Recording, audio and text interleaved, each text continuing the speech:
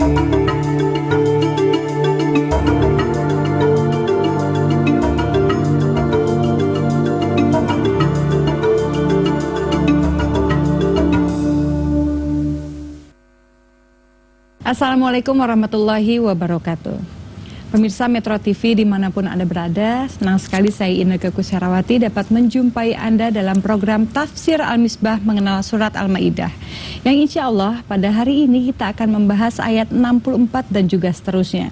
Mengenai penjelasan atau makna dari ayat-ayat ini tentunya akan disampaikan langsung oleh narasumber kita yang sudah hadir tengah-tengah kita, yaitu Pak Quraisy Shihab. Assalamualaikum Pak. Waalaikumsalam warahmatullahi. Puasa terus ya Pak? Hampir habis puasa. Hampir habis ya. Dan juga di tengah-tengah kita Pak sudah hadir ibu-ibu yang cantik ini dari Majelis Taklim Pelestari Seni Budaya Indonesia, Majelis Taklim Khairun Nisa, Majelis Taklim An-Nisa, dan juga Yayasan Paguyuban Ikhlas. Juga ada bapak-bapaknya di situ semua. Assalamualaikum warahmatullahi wabarakatuh. Semangat Pak, berarti sahurnya tadi kenyang ya. Puasa semua kan Bu ya, insya Allah ya Bu. Terima kasih atas kehadirannya di sini. Pak, kita akan melanjutkan ayat yang kemarin ya. Sekarang insya Allah hari ini kita akan membahas ayat 64 Pak. Ayat 64, iya. Baik, bismillahirrahmanirrahim. Kita baca ayat 64. A'udzubillahi minasyaitonirrajim. Bismillahirrahmanirrahim. Wa qalatil yahudu yadullahi maghlulah. Orang-orang Yahudi berkata, tangan Allah terbelenggu.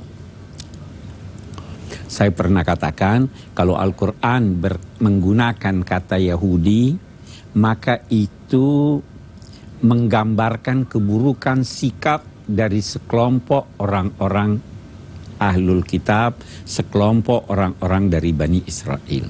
Jadi di sini dia katakan qalatil Yahud. Orang-orang Yahudi berkata, apa katanya? Yadullahi maghlula, tangan Allah terbelenggu. Apa maksudnya ini tangan Allah terbelenggu? Banyak riwayat.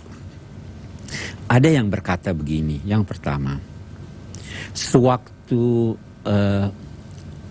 turun firman Allah memerintahkan aqridullaha qardan hasana, berilah Allah kredit, beri utang Allah. Maksudnya berikan fakir miskin uang, itu dijamin oleh Allah, kamu seakan-akan memberi utang Allah.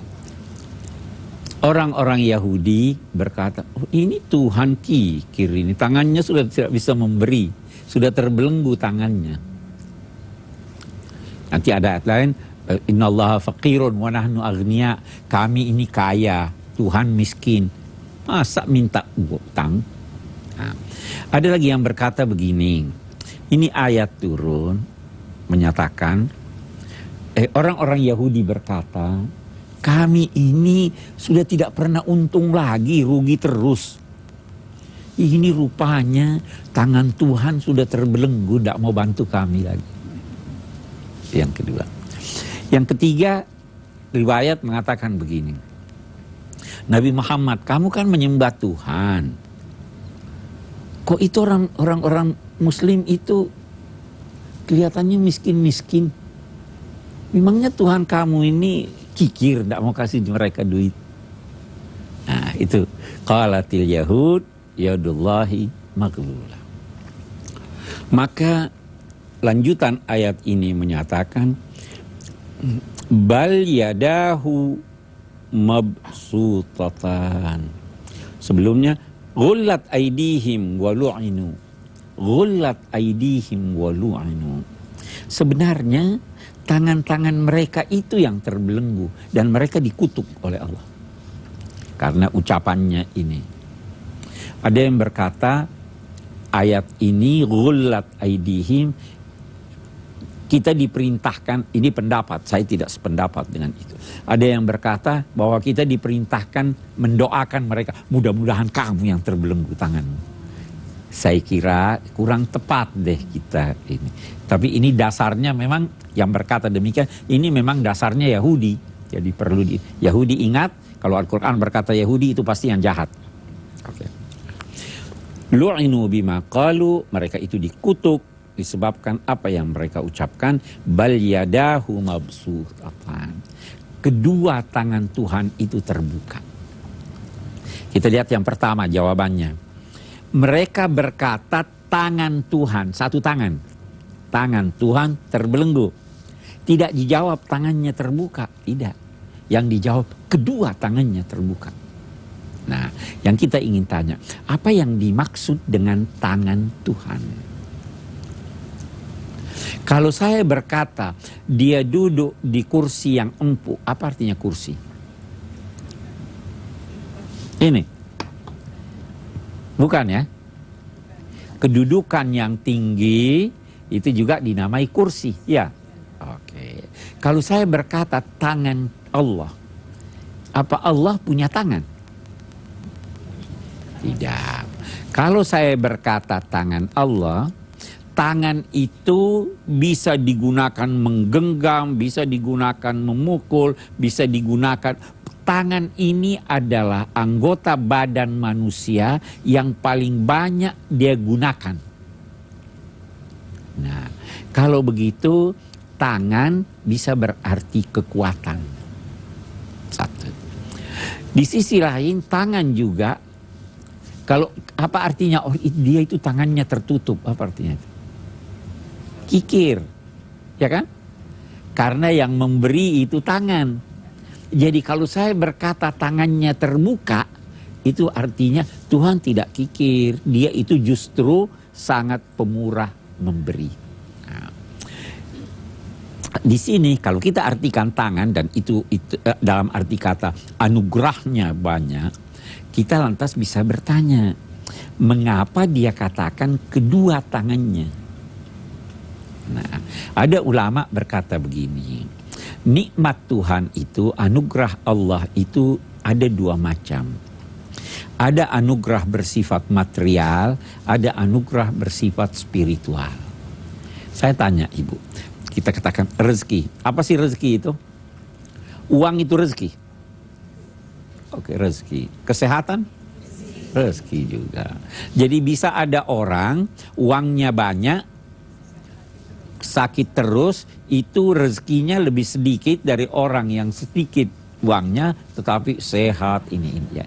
Jadi rezeki itu ada rezeki spiritual, ada rezeki imaterial, ada rezeki bersifat material. Di sini dikatakan yadahu mabsuutatan, kedua tangan Allah ini terbuka lebar. Dia berikan Anda kenikmatan yang bersifat jasmani, dia berikan juga kenikmatan yang bersifat rohani. Dia berikan yang bersifat material dan imaterial. Okay. Nanti kita lanjutkan kembali Pak. Pemirsa, kami akan melanjutkan kembali uraian dari surat Al-Maidah ayat 64 ini setelah pesan-pesan berikut. Jangan kemana-mana.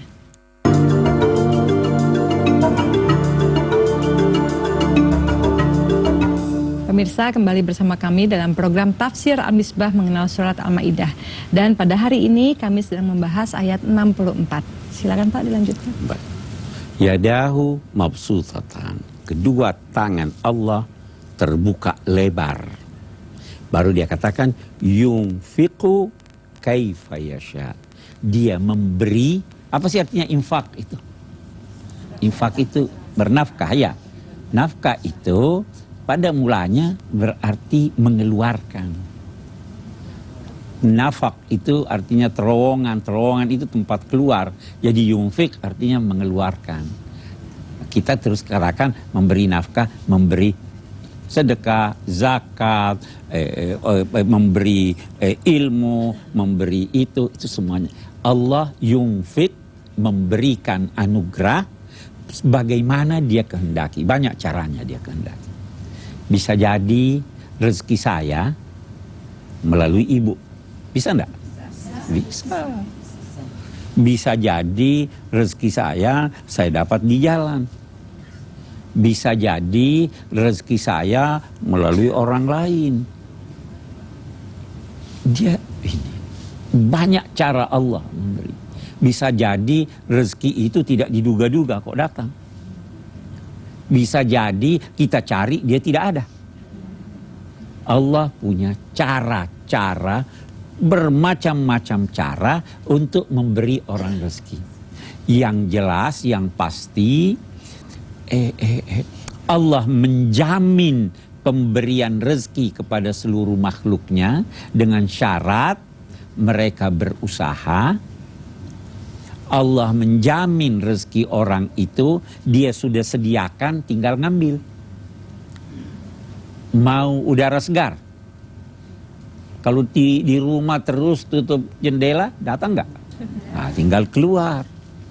Mau makan, tanam pohon. Itu Allah memberi rezeki begitu. Ya, jadi dia berikan kita dorongan. Yunfiqu kaifa yasha. Bagaimana yang dia kehendaki, ada sistem yang ditetapkannya untuk itu. Kalau orang Yahudi berkata, oh ini kok mereka kok miskin. Benar juga ya, orang Islam banyak yang miskin ya. Apa Tuhannya yang kikir? Nah, dia tidak tahu sistem memperoleh rezeki. Mestinya dia kerja, mestinya dia bangun, jangan tidur habis salat subuh. Ya kan? Tuhan terbuka tangannya, dia siapkan segalanya ini. Apalagi buat kita di Indonesia, laut ada, darat ada, subur, udara. Salah kita, bukan dia yang salah, kita yang salah. Itu yang dimaksud yunfiqu kaifa yasha. Wala yazidanna katsiran minhum ma unzila ilaika mir rabbika tughyanan wa kufra. Dan pasti Allah bersumpah, pasti banyak di antara mereka itu menjadi lebih melampaui batas dan kafir karena Allah terus menurunkan kepada kamu ayat-ayat Al-Quran. Wala yazidanna katsiran minhum, pasti banyak di antara mereka itu bertambah melampaui batas, bertambah kafir disebabkan karena apa yang diturunkan kepada kamu. Makin tambah penyakitnya. Karena dia tidak mau menggunakan ayat-ayat ini sebagai obat buat dia. Dasar udah rusak mentalnya. Ada orang seperti itu. Bukan hanya orang Yahudi yang kayak gitu ya. Semua ada orang begitu. Biasa, anak nakal biasa begitu. Karena itu, oke, la yazidanna katsiran minhum ma unzila ilaika mir rabbika tughyanan wa kufra. Baru dia katakan, wa alqaina bainahumul adawata wal baghdha'a ila yaumil qiyamah.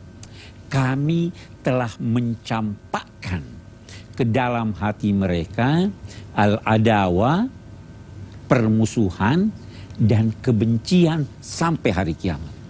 Jadi sebagian orang-orang Yahudi itu sudah saling bermusuhan satu sama lain.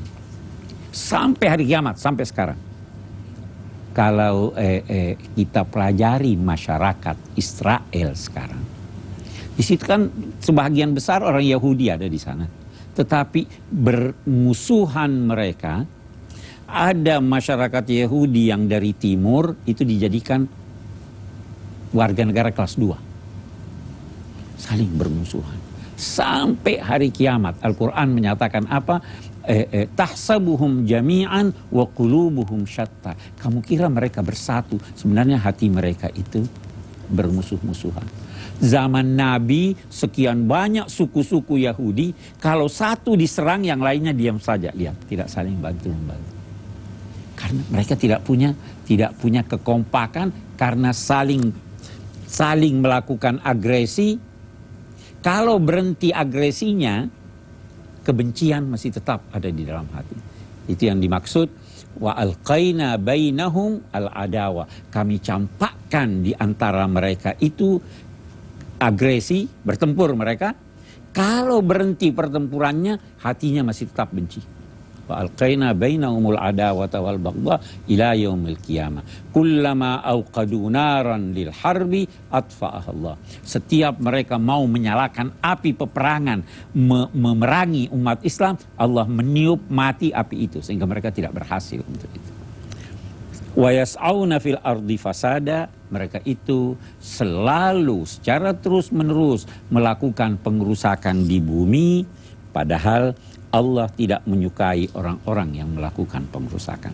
Saya garis bawahi lagi, saya berulang-ulang garis bawahi ini. Karena banyak di antara kita yang salah paham. Setiap episode saya temukan ayat itu, saya akan...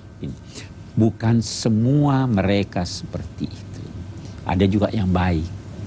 Itu sebabnya di sini dikatakan, katsiran minhum, banyak di antara mereka. Tidak semuanya kan? Oke deh. Kita lanjutkan kembali Pak. Pemirsa tetaplah bersama kami akan segera kembali lagi setelah pesan-pesan berikut ini tentunya.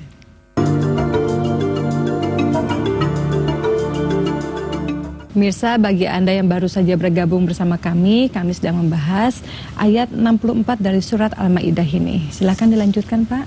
Baik, kita ayat berikutnya menyatakan walau anna ahlal kitabi amanu wattaqau lakaffarna anhum sayyiatihim wala adkhalnahum jannatin na'im walau annahum aqamut tawrata wal injil wama unzila ilaihim min rabbihim laakalu min fawqihim wa min tahti arjulihim. Ya, seandainya ahlul kitab itu percaya dan bertakwa, pasti kami hapuskan kesalahan-kesalahan mereka. Dosa-dosa mereka antara mereka dengan Allah diampuni Allah. Yang tinggal dosa-dosa mereka antar sesama manusia. Mereka harus minta maaf. Wala adkhalnahum jannatin na'im, kami pasti memasukkan mereka ke sorga yang penuh dengan kenikmatan. Baru lanjutannya, walau annahum aqamut taurata wal injil wa ma unzila ilaihim mir rabbihim, seandainya, kalau sekiranya mereka itu menegakkan, melaksanakan kandungan kitab Taurat dan Injil dan apa yang diturunkan kepada mereka yaitu Al-Quran, maka pasti mereka, kita terjemahkan, la'akalu min fawqihim, mereka akan makan anugerah yang datang dari atas mereka dan anugerah yang datang dari bawah kaki mereka. Yang ingin dikatakan di sini, orang yang beriman dan bertakwa kepada Allah, Allah akan melimpahkan kepada mereka itu rezeki yang beraneka ragam. Saya mau beri ibu contoh. Sekarang begini, kalau kita ini beriman, kita selalu optimis. Ya, karena Tuhan ada. Kalau kita ini bertakwa, kita akan jalan lurus. Kita tidak akan ganggu orang. Nah, kalau kita jalan lurus, kita optimis. Tenang gak kita? Tenang. Tidak ada yang ganggu kita dan kita tidak ganggu orang. Dengan demikian, kita bisa berkonsentrasi di pekerjaan kita atau tidak? Kita balik sekarang, pesimis, sudah tidak bisa bekerja, bermusuh-musuhan, sibuknya bagaimana ini orang ngancam saya, bagaimana saya mengelak dari ini. Nah, ini ayat mengaitkan antara keimanan kepada Allah, antara ketakwaan dan banyaknya rezeki. Semakin tenang kita, semakin tidak banyak lawan kita, kita semakin bisa berkonsentrasi. Karena itu ada rumus begini, semakin baik hubungan Anda dengan sesama manusia, semakin terjalin kerjasama. Ya, bagus. Yang mana lebih bagus, kita kerja sendiri atau kerjasama?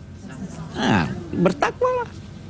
Semakin baik hubungan Anda dengan alam, semakin banyak yang diberikan oleh alam kepada Anda.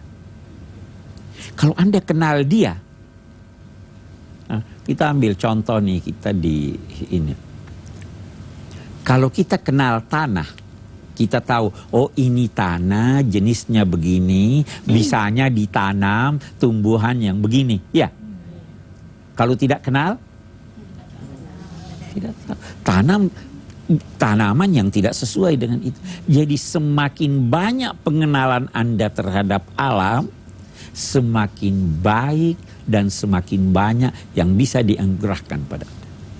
Kalau Anda tidak kenal, bisa lahir bencana seperti Lapindo itu. Karena tidak kenal.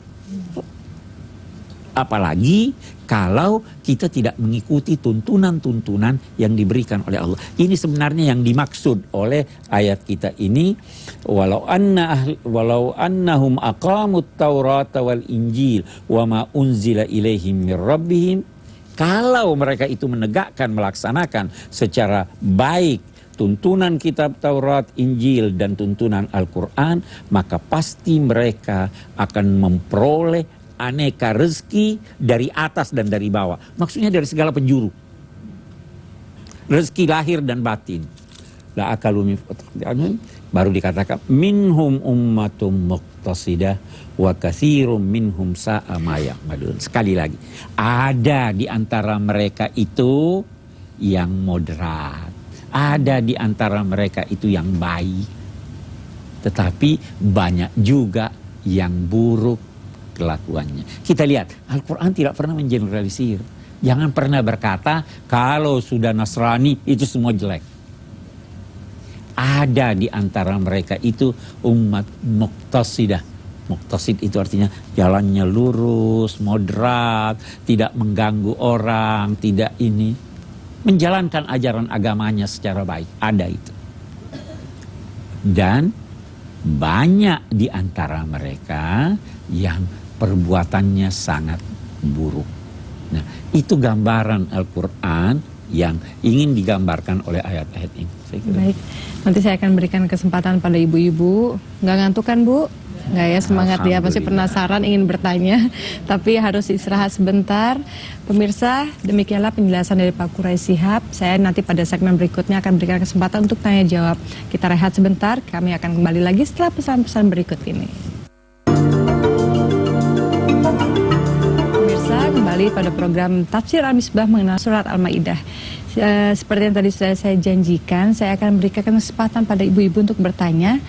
Rasanya 3 pertanyaan dulu ya Pak ya. Mari kita lihat. Silakan Ibu, yang mana dulu? Pada awal ayat 64 ada kesan jauhnya orang-orang Yahudi dari tata krama pada Allah. Apakah yang menyebabkan mereka berakhlak seperti itu? Terima kasih Bu.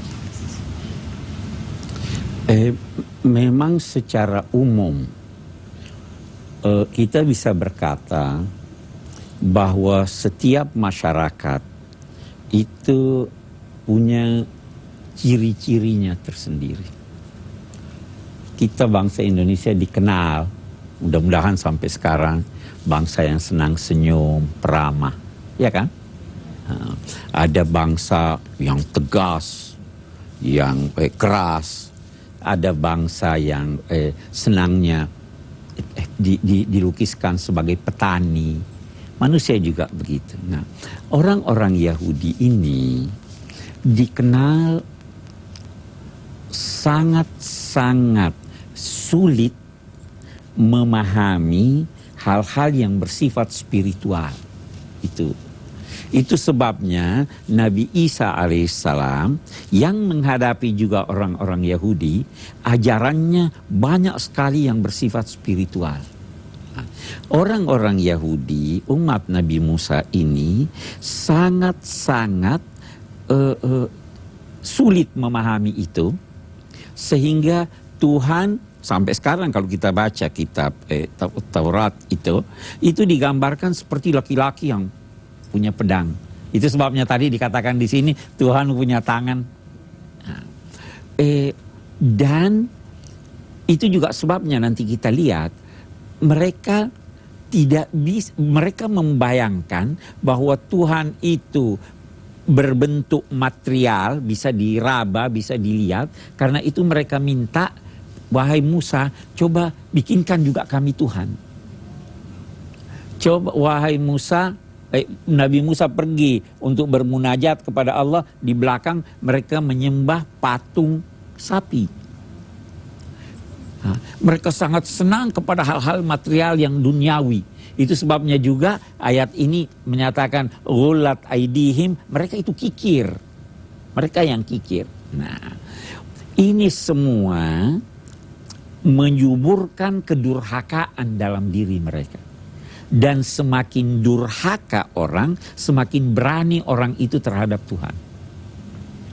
Nah, itu sebabnya juga mereka dikatakan membunuh nabi-nabi. Wa yaqtulunal anbiya'a bighairi haq. Dzalika bima asaw wa kanu ya'tadun. Keberanian mereka membunuh nabi-nabi itu karena mereka terbiasa dengan kedurhakaan. Baik. Pertanyaan berikutnya, Ibu. Siapa saja orang yang dikehendaki Allah yang diluaskan rizkinya? Terima kasih, Ibu. Iya. Itu di dalam Al-Quran dikatakan wa yarzuqu may yasha bighairi hisab. Allah memberikan rezeki kepada siapa yang Dia kehendaki. Ya kan? Oke. Orang per orang ada yang Dia kehendaki, Dia beri, ada tidak. Nah, tetapi salah satu di antara yang Dia kehendaki banyak rezekinya, saya beri contoh. Itu yang secara tegas panjang ingatan saya disebut dalam Al-Quran. Ada orang berdosa, disuruh tobat, dia tidak mau. Ya. Sudah berkali-kali diberi peringatan, masih tidak mau. Ini Tuhan kasih rezeki banyak, biar kamu kayak orang diulur, udah tinggi baru dijatuhkan. Itu salah satu yang Tuhan kehendaki banyak rezekinya. Kita tidak mau gitu. Jadi kalau begitu tidak perlu banyak. Yang penting kita puas dengan rezeki. Kekayaan itu, kalau mau diibaratkan, kekayaan itu lingkaran. 360 derajat, ya lingkaran. Oke. Kalau dia besar tetapi tidak bulat, 360 derajat atau tidak? Tidak. Iya kan? Kalau kecil tapi bulat, lingkaran enggak? Yang mana lebih bagus? Yang lingkaran atau yang ada orang yang banyak rezekinya tapi tidak puas, bukan orang kaya. Ada orang yang sedikit tapi puas, itu yang kaya. Jadi lebih bagus. Karena itu kalau minta pada Allah, jangan minta ya Allah kasih banyak rezeki saya, jadikan berkati rezeki saya sehingga saya puas dengan rezeki itu. Jelas ya? Karena bisa jadi dikasih banyak rezeki tapi kita diulur. Oke. Penting berkah ya, Bu. Yang penting berkah. Baiklah. Pertanyaan berikutnya, Ibu. Ya, silakan. Pertanyaan saya, Pak Quraish, apa yang menyebabkan seseorang rusak mentalnya sehingga tidak mau kebenaran? Terima kasih. Terima kasih. Mirip dengan yang pertama ini ya. Bahwa rusak mentalnya, sebenarnya semua orang, kita lihat, semua manusia diberi oleh Allah potensi baik dan buruk. Fa'alhamaha fujuraha wa taqwaha. Tetapi lingkungannya, kullu mauludin yuladu alal fitrah, setiap anak itu lahir membawa kesucian. Tetapi abawahu, kedua ibu bapaknya, lingkungannya, bacaannya, teman-temannya, itu yang mengubah dia. Kalau kita bersahabat dengan orang baik, kita jadi baik. Kita membaca bacaan yang baik, kita jadi baik. Kita hidup, saya mau beri contoh. Kalau pergi haji, pergi masjid salat subuh semua atau tidak? Kalau di Indonesia, lingkungan, ya kan?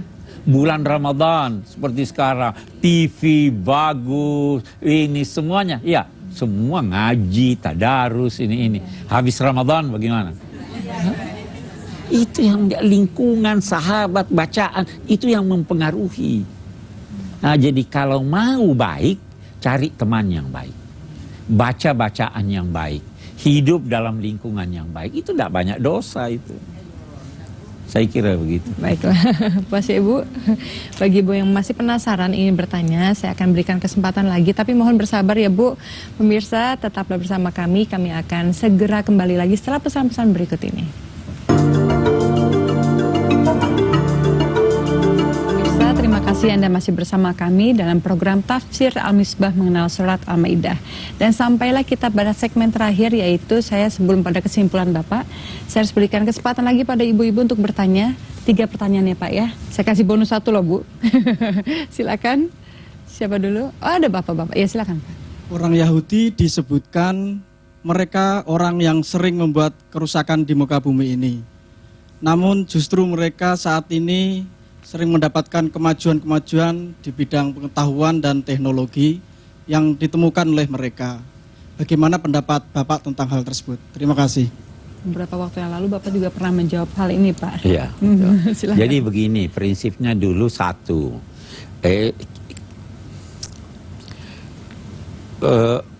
Penemuan-penemuan itu tidak semuanya dan tidak selalu yang menemukannya orang Yahudi. Hadiah-hadiah Nobel bukan hanya orang Yahudi yang dapat, ya kan? Ada juga Muslim yang dapat, kan? Oke, itu satu.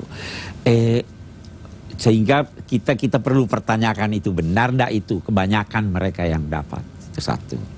Yang kedua begini, dalam hidup ini Allah menetapkan sistem. Ada sistem. Yang makan makanan kotor sakit. Ya. Bagus. Muslim kalau makan makanan kotor sakit atau tidak? Yahudi? Bagus. Sistemnya sama ya. Oke. Yang bekerja keras berhasil. Betul enggak? Nah. Muslim begitu? Yahudi juga begitu? Nah. Yahudi yang tidak kerja keras berhasil enggak? Tidak. Muslim yang bekerja keras? Berhasil. Kalau begitu persoalannya, siapa yang mengikuti sistem yang ditetapkan Allah, itu sampai. Kalau Anda menanam benih tomat, yang tumbuh tomat atau bukan? Ada enggak pengaruh Anda Muslim atau tidak Muslim? Jadi kalau Anda, kita katakanlah kalau sekarang ini yang maju negara-negara barat atau orang-orang barat, itu karena mereka mengikuti sistem yang ditetapkan Allah. Umat Islam dulu pernah maju 800 tahun itu umat Islam unggul. Setelah mereka meninggalkan tuntunan agama yang berkaitan dengan kehidupan dunia, terbalik. Kemajuan Eropa itu karena mereka belajar melalui Ibn Rushd di Maroko sana, di Maghrib sana. Mereka pelajari itu, mereka terapkan itu. Kita tinggalkan itu. Jadi persoalannya bukan persoalan Yahudi atau Muslim atau Kristen atau ini. Ada juga kan orang Kristen yang miskin, ada enggak? Ada juga yang kotor kayak orang Islam, ada juga. Tapi orang Islam ada juga yang pandai-pandai. Jadi persoalannya bukan persoalan ras, bukan persoalan agama, tetapi persoalan sikap kita terhadap sistem yang ditetapkan Allah. Ya kan begitu ya? Oke, bagus. Silakan pertanyaan berikutnya. Bagaimana tuntunan Al-Quran dalam berinteraksi dengan alam sehingga kita tidak termasuk orang yang membuat kerusakan di muka bumi ini? Bagus. Terima kasih. Iya, bagus. Al-Quran menyatakan begini. Yang menundukkan alam itu adalah Tuhan. Sakhara lakum ma fis samawati wa ma fil ardi. Allah yang menundukkan, bukan kamu yang menundukkan, tapi kamu juga ditundukkan oleh Allah. Ya kan? Kalau begitu kita dengan alam dari segi penundukan Allah sama-sama ditundukkan. Iya. Nah, hanya saja oleh Allah kita diberi kemampuan berlebih untuk bisa mengelola alam itu. Ya kan? Oke. Dalam konteks mengelola alam, kita tidak boleh berkata kita tundukkan alam, tetapi kita bersahabat dengan alam. Jadi kita itu di dalam terjemahan, saya mau katakan terjemahan kitab Perjanjian Lama itu Allah memerintahkan pergilah tundukkanlah bumi. Kita tidak ada perintah tundukkan bumi. Kita justru diperintahkan bersahabat dengan alam. Itu satu. Nah, dalam konteks bersahabat dengan alam itu, kita dijadikan khalifah. Ya kan? Inni ja'ilun fil ardi khalifah. Khalifah itu artinya membimbing, memelihara segala sesuatu di alam ini untuk mencapai tujuan dia diciptakan. Saya beri contoh. Ini ada kursi. Ini kursi dibikin buat apa nih? Duduk. Peliharalah dia supaya bisa dipakai duduk selama mungkin. Nah, bagaimana caranya pelihara? Kalau kotor bersihkan. Ya, kalau rusak itu perbaiki. Itu kita bersahabat dengan dia supaya semakin ini. Apa gunanya Allah menciptakan laut? Nah, coba. Dia katakan supaya kapal-kapal bisa berlayar, supaya kamu tangkap ikannya, supaya kamu mencari perhiasannya. Begitulah, jangan habiskan itu.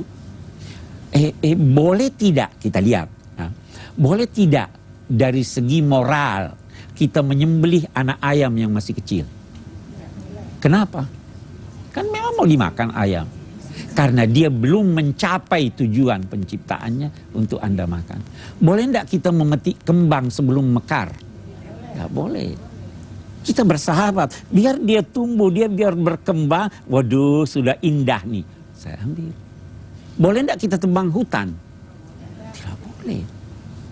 Karena itu dia punya fungsi.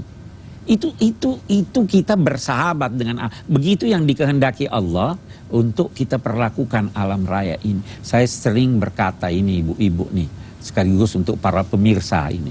Punya ndak di gudang barang-barang? Masih dipakai nggak? Wah, itu mubazir. Ada dipakai, ada tidak. Yang tidak dipakai diapain? Kasih orang biar dipakai. Itu namanya ibu bersahabat dengan benda-benda ibu. Kasih orang dong. Ya kan? Banyak orang yang memerlukan itu. Banyak orang yang saya lihat yang piringnya pecah. Dia masih pakai periuknya ini. Ibu-ibu punya berapa banyak itu di rumah tidak dipakai. Punya pakaian. Nah, itu namanya kita bersahabat dengan alam. Itu yang dikehendaki oleh Allah. Jelas ya? Yang berikan kesimpulannya Pak? Saya kira kalau kita mau beri kesimpulan dari apa yang kita baca ini, yang pertama barangkali Allah maha luas rezekinya. Dia membuka tangannya selebar-lebarnya untuk memberikan rezeki kepada manusia. Dia tidak kikir, tapi yang penting Anda berusaha untuk mencarinya. Itu satu. Yang kedua, saya kira yang kita perlu garis bawahi bahwa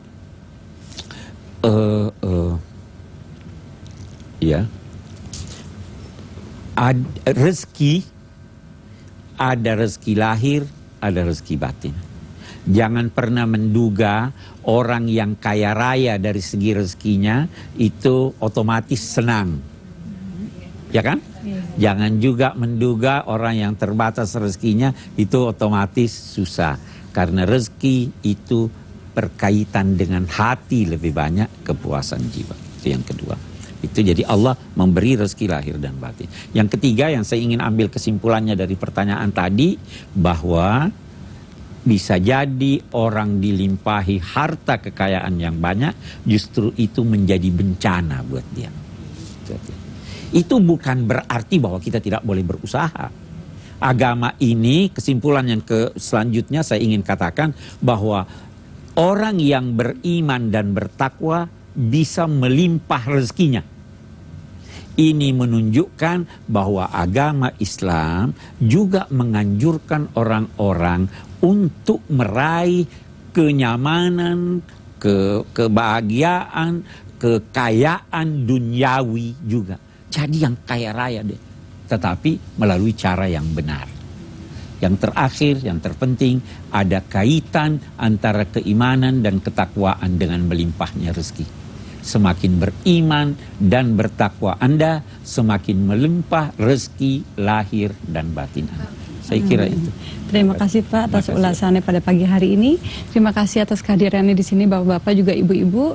Pemirsa, demikianlah pembahasan ayat suci Al-Quran. Semoga melalui pertemuan kita pada pagi hari ini tidak ada kata putus asa bahwa Allah memberikan rezeki bagi siapapun yang Dia kehendaki selama kita mengikuti sistem yang telah Allah tetapkan. Saya Inneke Koesherawati, sampai berjumpa lagi. Wabillahi taufiq wal hidayah. Wassalamualaikum warahmatullahi wabarakatuh.